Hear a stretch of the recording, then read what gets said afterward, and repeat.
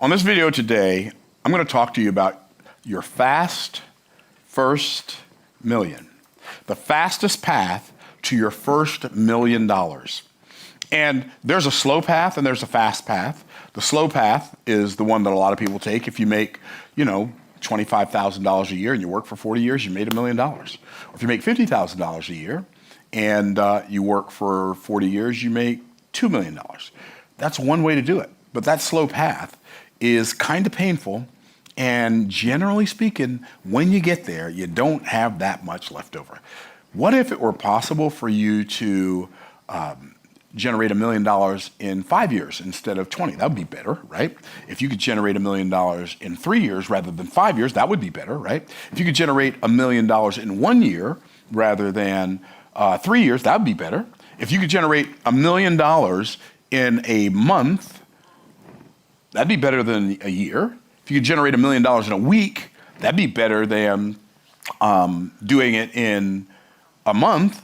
And I think Noah, his last name is Kangen, Noah something, he wrote a book called The $1 Million Weekend. If you could generate $1 million in a weekend, that'd be better than $1 million in a week. And what if you could do $1 million in an hour? And I know all of that sounds like really, really hypey and like, oh, clickbait, blah, blah, blah. Yeah, I'm sure there are people who do that. But I want to talk to you about the fastest path to your first million. And I'm not going to give you theory because nothing I teach is theory.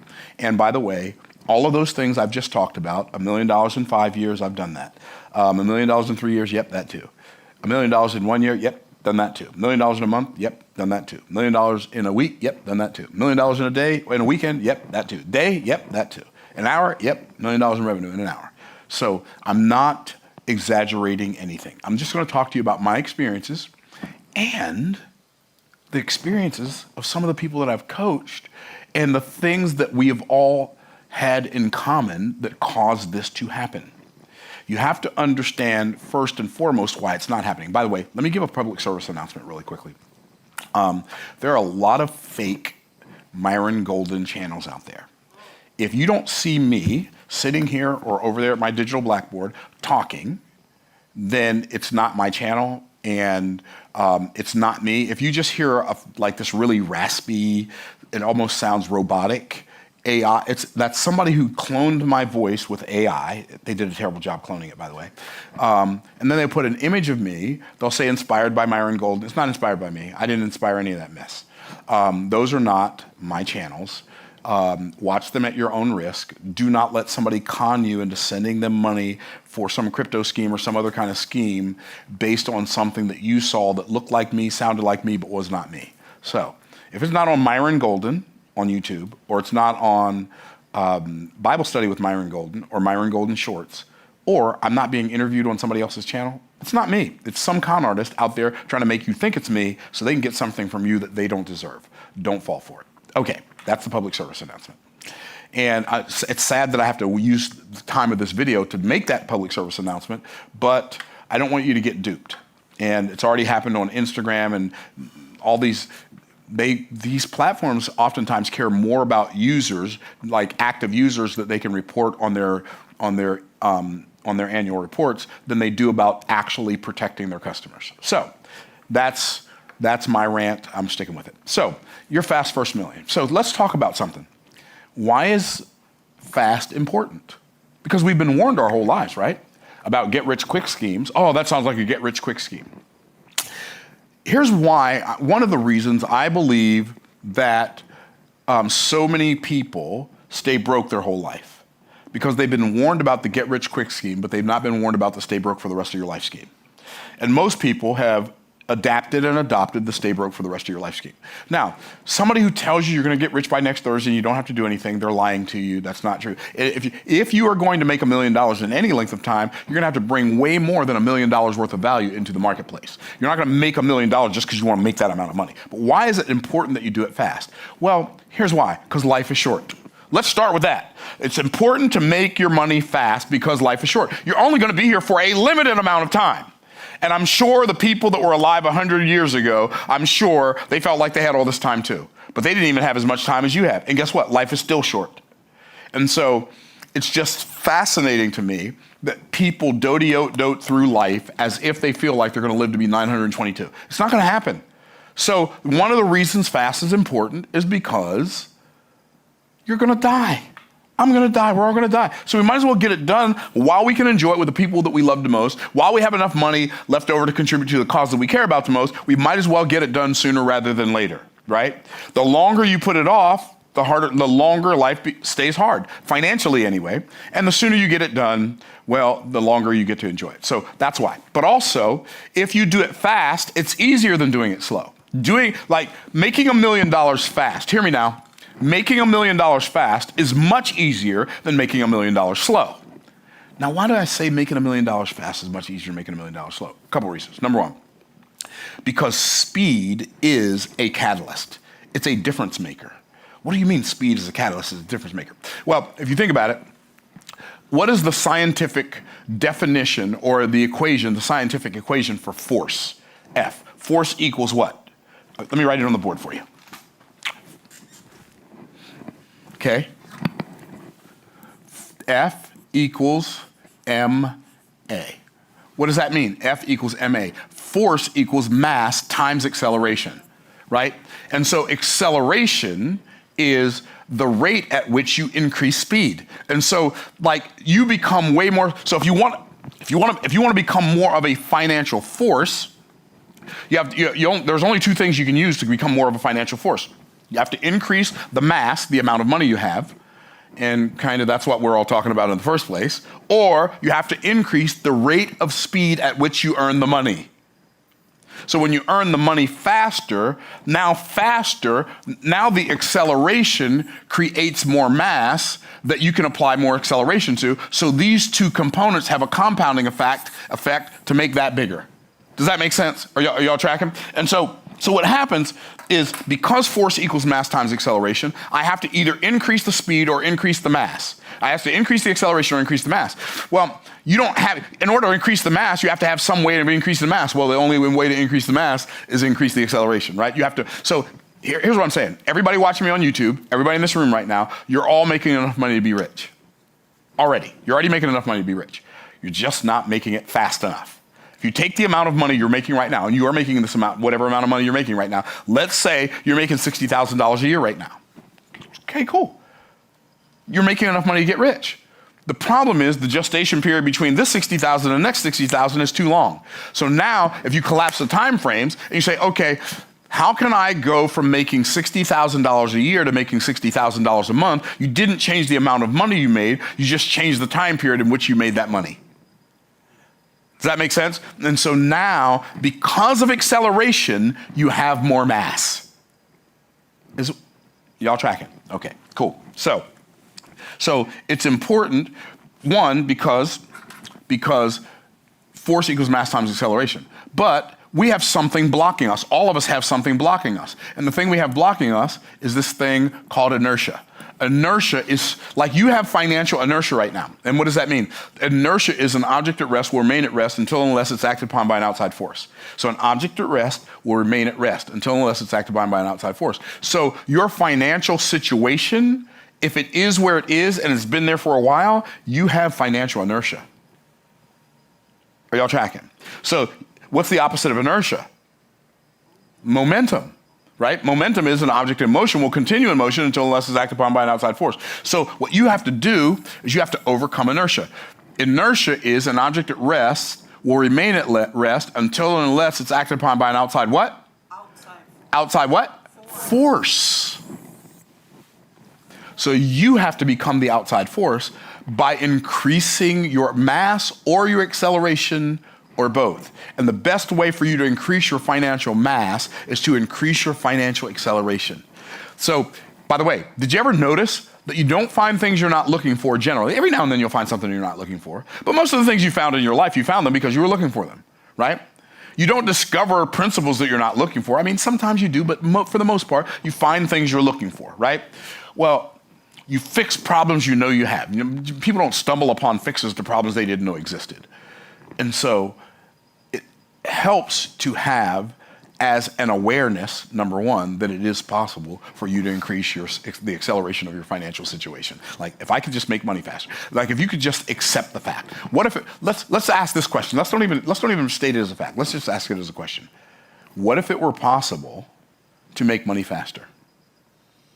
What if it were possible for you to take the amount of money that you make every year and make that amount of money 12 times faster?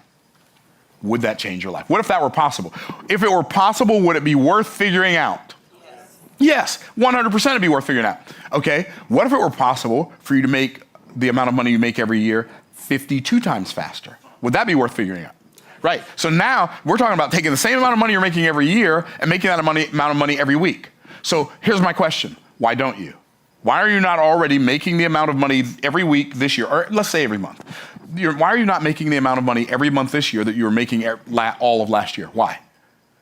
Because you've never thought about it. Am I keeping it real? Like, you've never thought about how do I do? You may have thought about I'd like to do that for a fleeting second, but you've never really sat down and said, if my life depended on it, or the life of someone I love, how would I take and multiply the acceleration of earned income so that I make as much money in a month as I used to make in a year? People have never asked the question. Before I got there, I asked that question all the time.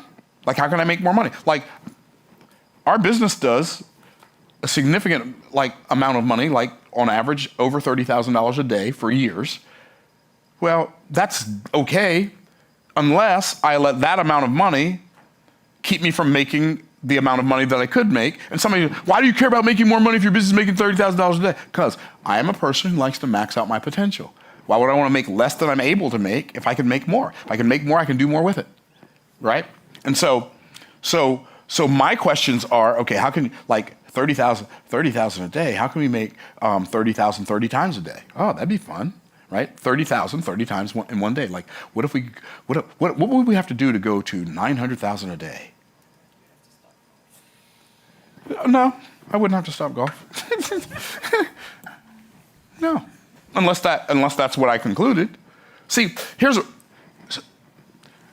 our problem is we don't ever sit down and think about our problem and think about a path to the payoff for that problem. We don't think about it. And so if you don't think about the problem, you can't fix the problem. So here's the first thing you have to do. If you're going to increase your speed and you're going to overcome inertia and you're going to create momentum. So I didn't write that one down. So one of the things, you have to create revenue momentum. How do I increase the momentum of my revenue? Well, ask yourself the question. How do you make revenue right now? Something just happened with my microphone. How do you create revenue right now? How do you do it? How do you make money? I don't want you to answer me. I want you to think about it. Online, if you want to type in the comments how you make money, that's fine. You can do that. So here's how. You either make money with labor or leverage. Right? Now, if you are making money with labor, right? On the 4 levels of value, this is implementation. This is unification. This is communication. This is imagination. So if I'm talking about labor, which ones of these would that be? Labor. Which one? Implementation. Implementation is like labor. And see, the problem with labor is that most labor is not leveraged because people don't know how to leverage labor, or they don't ever think about leveraging their labor. So if you make money with labor, here's what that means you're doing. You are buying into this myth. Time is money. So therefore, if you believe that time is money, or time is equal to money, then you'd happily trade this for this. But what if you changed your paradigm and you stopped believing these lies, and instead you believe something different, like time is more valuable than money, or time is greater than money? Or better yet, what if you started believing that time is infinitely greater than money? See, I believe that one of the reasons rich people get richer and poor people get poorer is because rich people value time over money and poor people value money over time. And poor people value money over time, so what they do, and middle class people do the same thing, they trade time for money. So here's my question for y'all. And you can answer loud so the people on YouTube can hear. So here's the question I have for you. Is time something you have in limited supply or unlimited supply? Limited supply. So time's something you have in limited supply. So if time is something that you have in limited supply, if you're exchanging time for money, how is your money going to show up? Limited. The reason your money's limited is because you're trading a limited amount, a limited asset for another limited asset. That's why you're stuck. That's not the whole picture, but that's a big part of the whole picture. You're trading a limited amount of time for a limited amount of money. And here's the sad part. You want to see the sad part? This is really sad and painful. If you have a limited amount of time and you trade it for somebody else's money, so once you get the money, the time is gone forever. You never get the time back. You can't get that time back. So now the time is gone. And then what do you do with the money? Well, you got expenses, right? You got expenses, and then you've got stuff you want to buy, and so you go spend the money on something. Let's call it a car, right? So you go buy a car, and so when you buy the car, now you don't have the money, you don't have the time, and all you have is a car. And the car, this is an asset. It's a limited asset. This is a depreciating asset, and this is a depreciating liability. Liability. And so what happens is you've traded something infinitely valuable for something less valuable for something that's less valuable and becoming worth less over time. No wonder people stay broke. See, you thought, most people think that rich people are rich because they have money. But the reality is, rich people have money because they're rich. And the rich came before the money. And the rich is understanding that this is not the equation.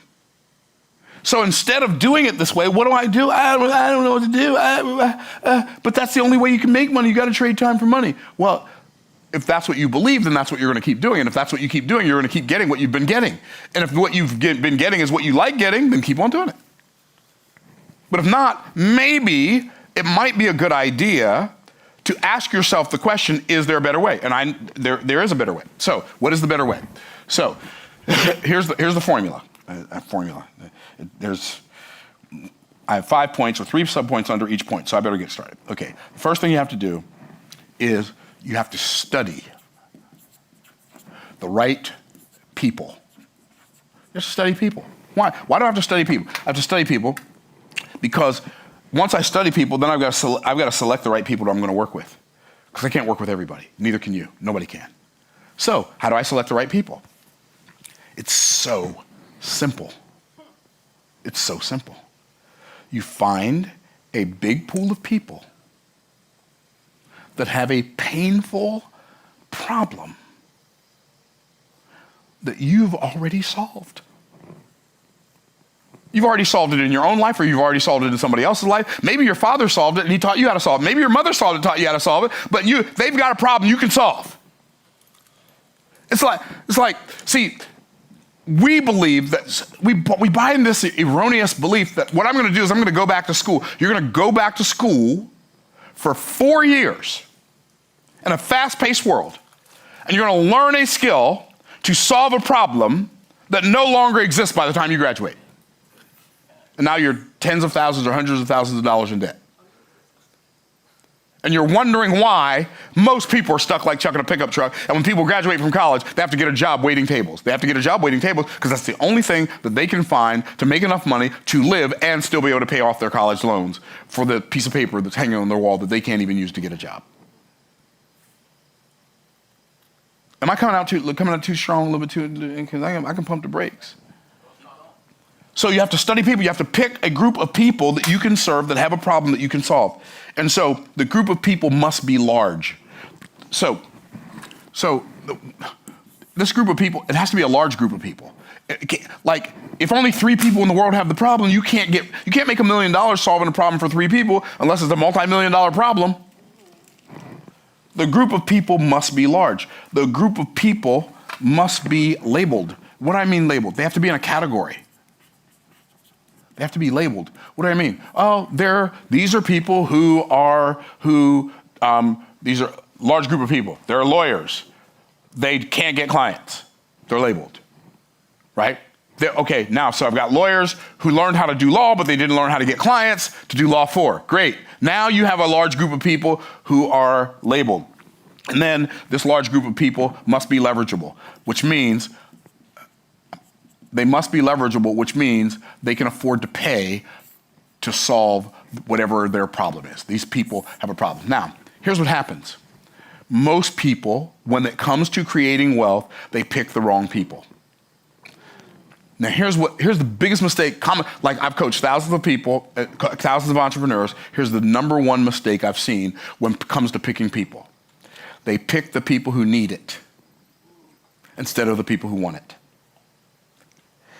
And see, here's the problem. Everybody who needs your solution doesn't want it.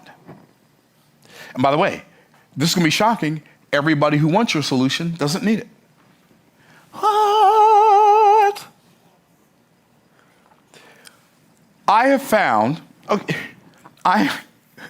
it's like Jim Rohn said. Jim Rohn said he was doing an event one time, and he was teaching people how to make more money. He was teaching people how to get rich. He said, there's some successful people in this audience I pulled in. I saw Cadillacs. I saw Mercedes. I even saw a Rolls Royce.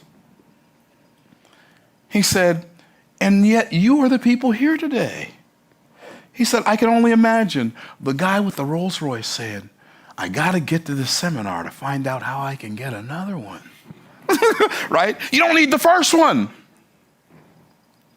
So if you sell to people, a large group of people who want a solution, they don't necessarily need the solution, but they want the solution really, really badly. And they're labeled, and they're leverageable. They got money. If they decide they want to buy your thing, they can do it. And they don't have to have a committee meeting about it. They can just do it, okay? So that's, you have to study the people. If you pick the wrong people, I'm going to tell you something. So when I got started, here's the beautiful thing about having some small success. It lets you know you can have some success. And I was sharing with the folks in the studio audience this morning, when I got started, I was a network marketer. I was in multi-level marketing, and I know some of y'all think it's the most terrible thing on there. I don't do network marketing. I have no interest in it. I have no interest in doing it as a business, but I know for a fact that it is as legitimate as any other business if they have a good product, right? If they have a good product. And you may disagree with that, and that's fine. And you may think I'm a horrible person because I said that, and that's fine. I don't care. I don't have time to care. But I did network marketing, and that's where I learned how to sell. I sold financial services in network marketing. I sold nutritional supplements in network marketing. I sold telecom services in network. I sold all kinds of stuff in network marketing because that was the biggest business leverage I had ever seen in my life. I'd never seen business leverage before network marketing. I didn't even know that business leverage existed. I just thought you go to work, you work really hard, you do that for a week, and at the end of the week you get a paycheck, right?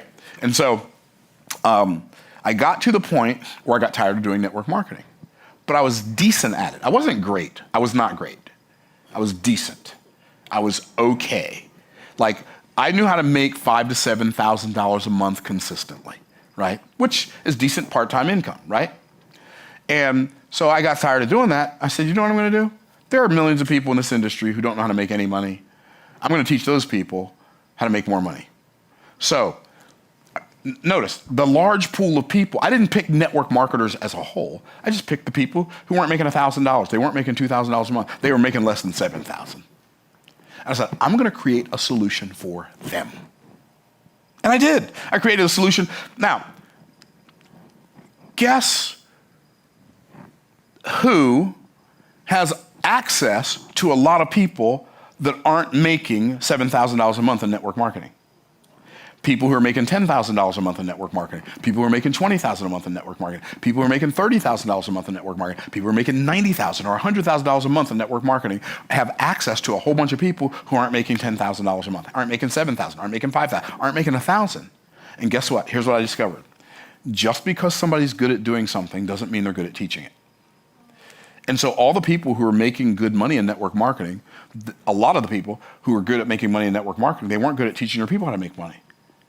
I was good at teaching their people how to make money. And I wasn't making as much money as they were, but I was making more money than their people. So guess what they would do? They would bring me in and let me teach their people how to make more money in network marketing.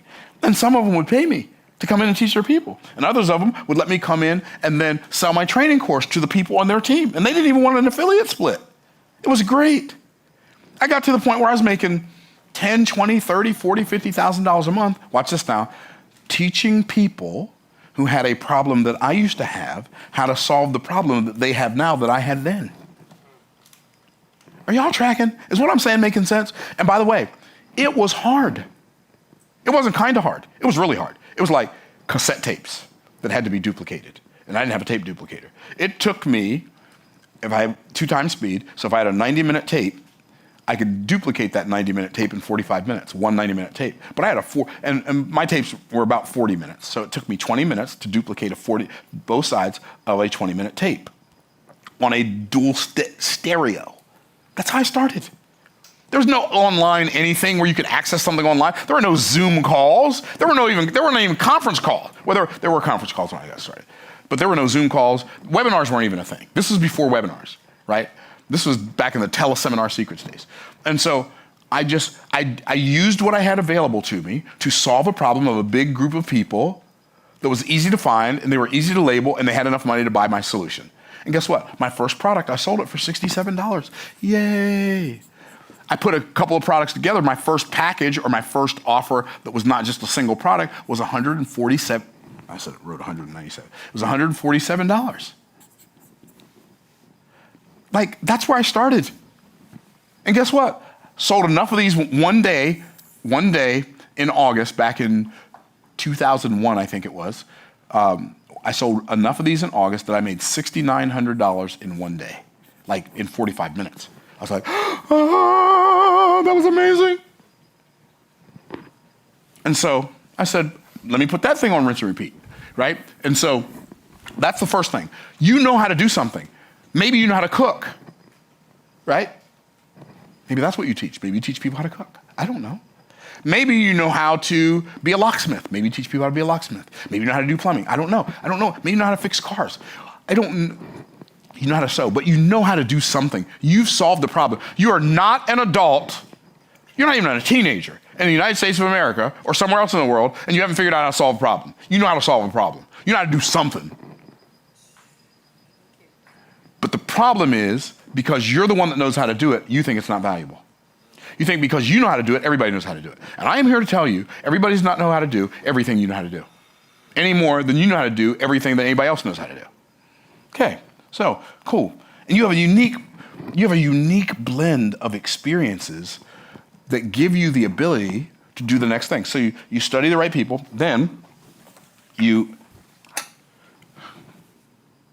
solve the right problem. You solve the right problem.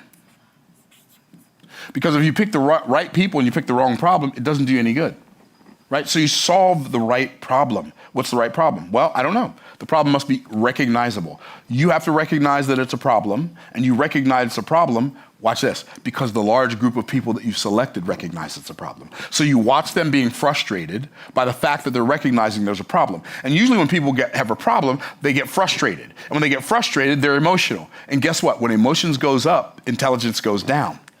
And when their intelligence goes down, there's your opportunity. Because you're not emotional about solving the problem. Why? You already solved it. Like I already solved how to make $7,000 a month. And later I got to the point where I figured out how to make even more money than that. I mean, eventually got to the point where I was making over $40,000 a month in network marketing. But I didn't start creating trainings then. I started creating trainings way before then. Okay, so the problem must be recognizable. You recognize that they have a problem. Notice I didn't say you recognize a problem and then go tell them you found a solution. You recognize that they have a problem.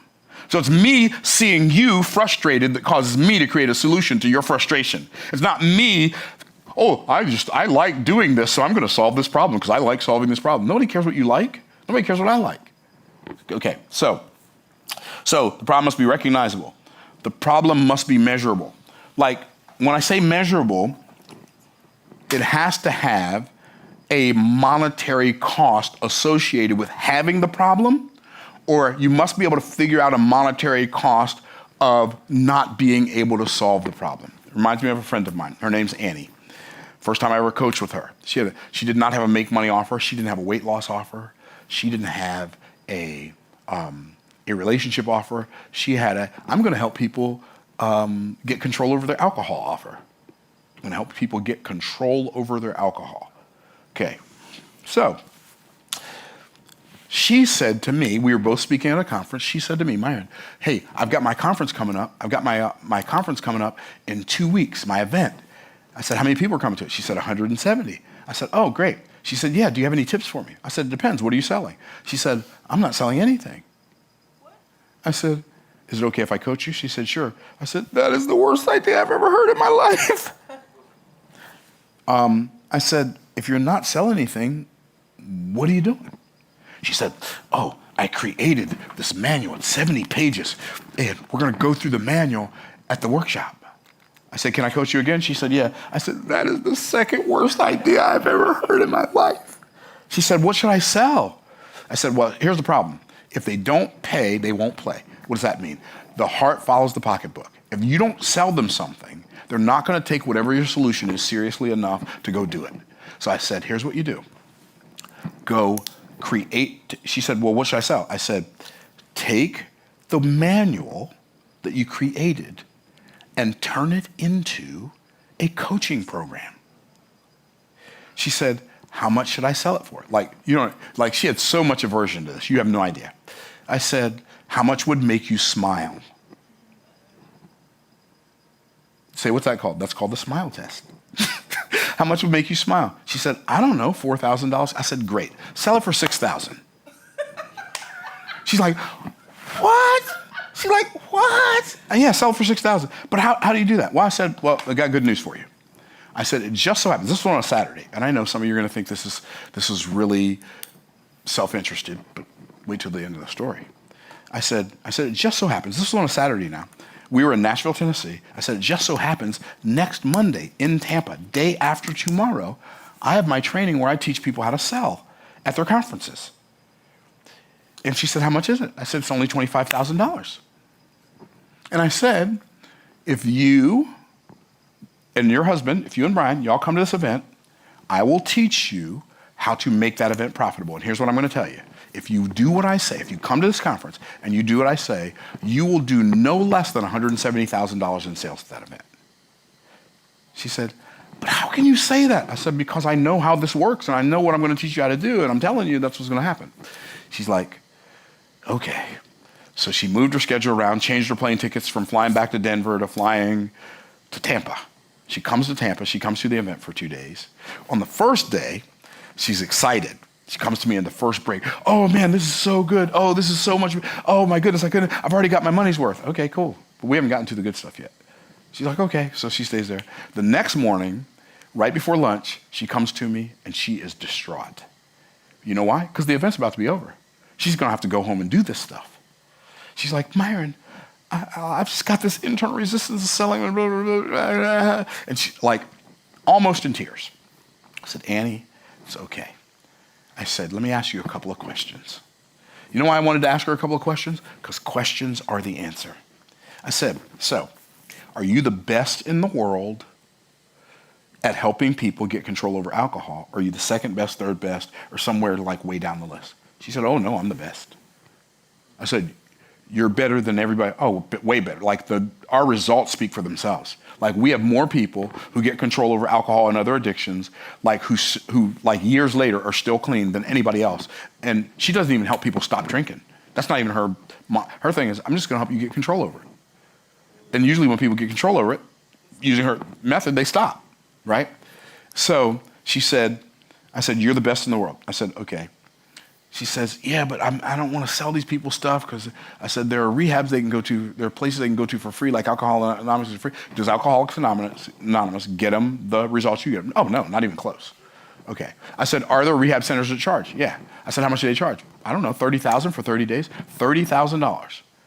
I said, Annie, let me ask you a question. I thought you said you love these people. She said, I do. I said, you love these people, but you're going to let them go do something for free that doesn't work as well as what you have, and you're going to let them go pay $30,000 for a rehab that's not as good as what you have to offer them, and you're afraid to sell them this training for $6,000? I don't get it. I'm confused. She says, oh yeah, I guess you have a point. She says, but why would they pay $6,000? I said, because it's going to cost them less than what else they're going to pay if they don't do it.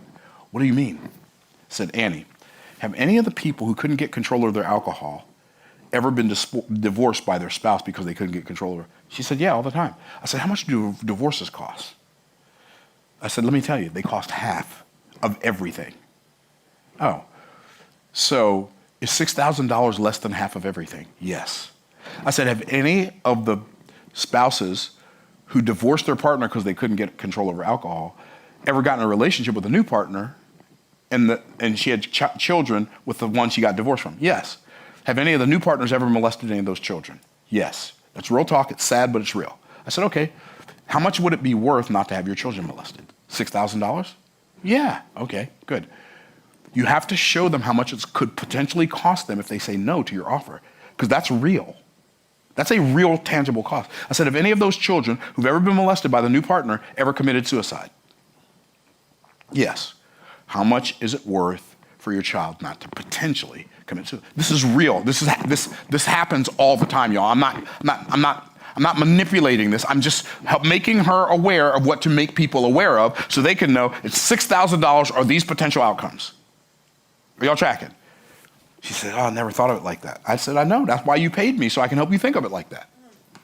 So that when you talk to people, they understand what's at stake. She made the offer, and guess what happened?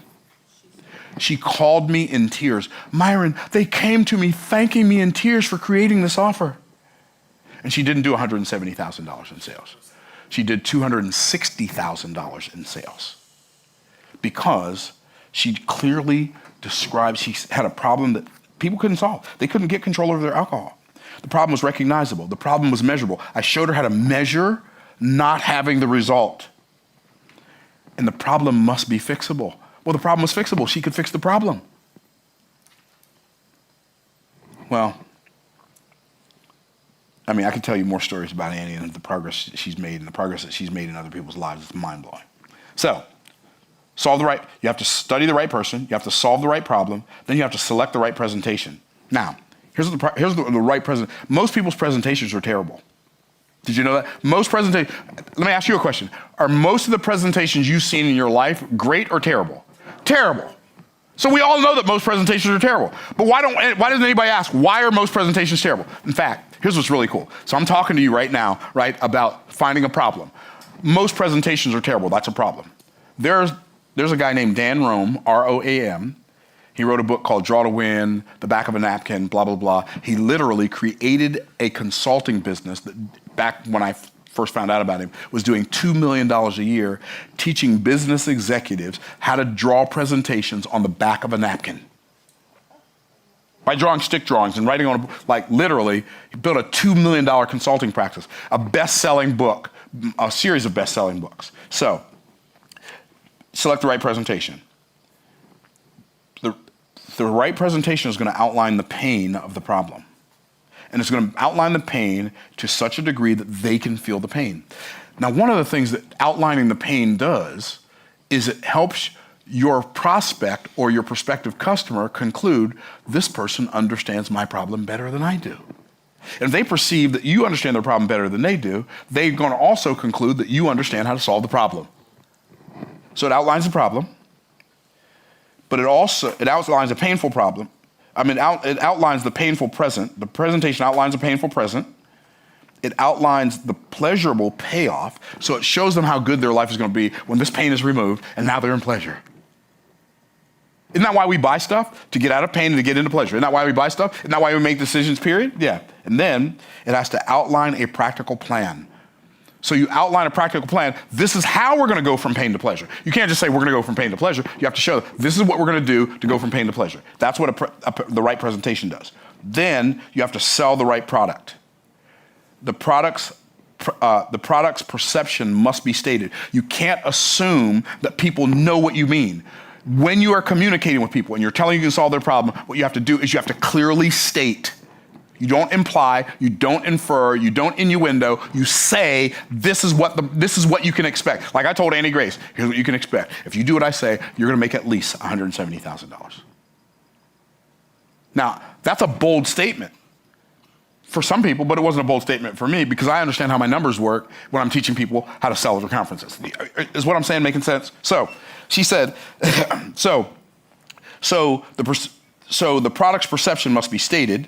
The product's power must be demonstrated. If you can demonstrate that the product works, you can demonstrate it either by video testimonials, written testimonials. If you have a product that's demonstratable, that's usable, you can demonstrate the product, okay? And then the product's price must be calculated. You figure out the price before you start talking to the people. Now, when I say the price must be calculated, here's what you calculate when you're calculating the price. You calculate how much money do I desire to make?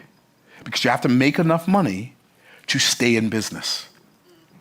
You have to make enough money to be able to pay your expenses. You have to make enough money to be able to hire a team. You have to make enough money to be able to solve the problems of the business as well as solving the problems of the person. Otherwise, you're charging too little. Are y'all tracking? And so it has to be calculated. You have to do calculations on price before you start just go, yeah. Here's what most people do. They don't calculate price. You know what they do? They create prices by comparison instead of by calculation. They look, oh, this is what this person's selling, this person's selling something else, I'll make my price the same. I don't do that. My prices are way more than everybody else's who does anything even remotely similar to what I do. Why? Because I've calculated the price based on me staying in business long enough to help the other people who want that solution. Okay. And to be able to give my clients a really elegant solution that's not just that doesn't just solve the problem, but it turns into an experience. Okay. So, and then lastly, you have to satisfy the right promise. Because when you give the right presentation, you're giving a promise. You're telling them this is what you're gonna be able to do. And then you're delivering a product, the product has to satisfy the right promise. So in other words, you have to fulfill the promises that you gave. The solution, so number one, it has to be the solution they've been seeking. I'm so blown away that people are like, how do I find people to sell stuff to? You're asking the wrong question. How could you possibly hope to find the right answer? Don't look for people to sell stuff to. Make yourself findable for people who already want to buy what you already want to sell. There's stuff I already want to buy. Like I called Anthony, a car sales guy in Orlando, to see what he had in inventory because I was going to Orlando. He didn't have anything that I wanted, but if he did, I might have bought it that day, right? So you want stuff that the marketplace is looking for. So you want a solution they've been seeking. You want a solution they'd be satisfied with. So when they buy the solution, they're gonna be like, oh, this is the greatest thing ever. And then you need a solution that they'd be willing to submit a payment for. When you do that, here's what it ends up looking like. I said calculate. Let's do some calculations really quickly, and this is the last thing we're gonna do. If you have a product that makes you $20 profit, all you have to do is sell 50,000 of them. And you just made $1 million. How's that for a calculation? But like 50,000 to what? A $20 book. Okay. So if I sell 50,000 of those, $1 million bucks. But guess what? If I'm multiplying two numbers that end in zero, multiply two numbers, 2 times 5 is 10, count the rest of the zeros, 1, 2, 3, 4, 5, that's 6 total, that's 10 plus 1, 2, 3, 4, 5, that's $1 million bucks. That means if I move this zero from here and put it back there, if I have a product that I sell for $200 profit, I only have to sell 5,000 of them. I do 1/10 the work, make the same amount of money. All I have to be able to do is show the person that I'm talking to why this is 1/10 of the payoff that they're gonna get. But guess what? If I move another zero and I have a product that makes me $2,000 profit, I only have to sell 500. 500 is only 2 a day, 5 days a week. That's 10 sales a week. For 50 weeks, you get 2 weeks off and you can have weekends off. Okay, well, what if I have a $20,000 offer? I only have to sell 50, that's 1 a week. Here's the beautiful, what if I have a $200,000 offer? I only have to sell 5. Well, guess what? I can do all of those. I don't have to pick one. This is your fastest path to your first million. You have to pick your people. Who am I going to help? Pick their problem. What am I going to help them do? Pick their payoff. What are they going to get out of it? Pick your price. How much am I going to sell it for? And then go do really good presentations. And stop thinking that what you have isn't worth something because you're the one that has it. The difference between you and I, the primary difference is I see the value in the problems I've solved for me and my clients in the past, and you don't see the value in the problems you've solved. But I know you've solved problems. So hopefully this will help you take your life, your business, your family to the next level. And we'll look forward to seeing you. We're going to be back live again on Wednesday this week. I'm going to be in studio with Dr. Benjamin Hardy. We're going to be talking about his new book, The Science of Scaling. We're probably going to talk about some of his older books as well. We're going to be like chopping it up. He's going to present. I'm going to present. We're going to have conversations back and forth. We're going to engage the audience. It's going to be crazy. We're going to go from 9 in the morning to and we'll probably go live about 9:15 till 2 o'clock in the afternoon. It's going to be crazy intense. You don't want to miss this. I'll see you guys on Wednesday. In the meantime, in between time, stay blessed by the best, and we'll see you in the next video. See you Wednesday. Bye for now.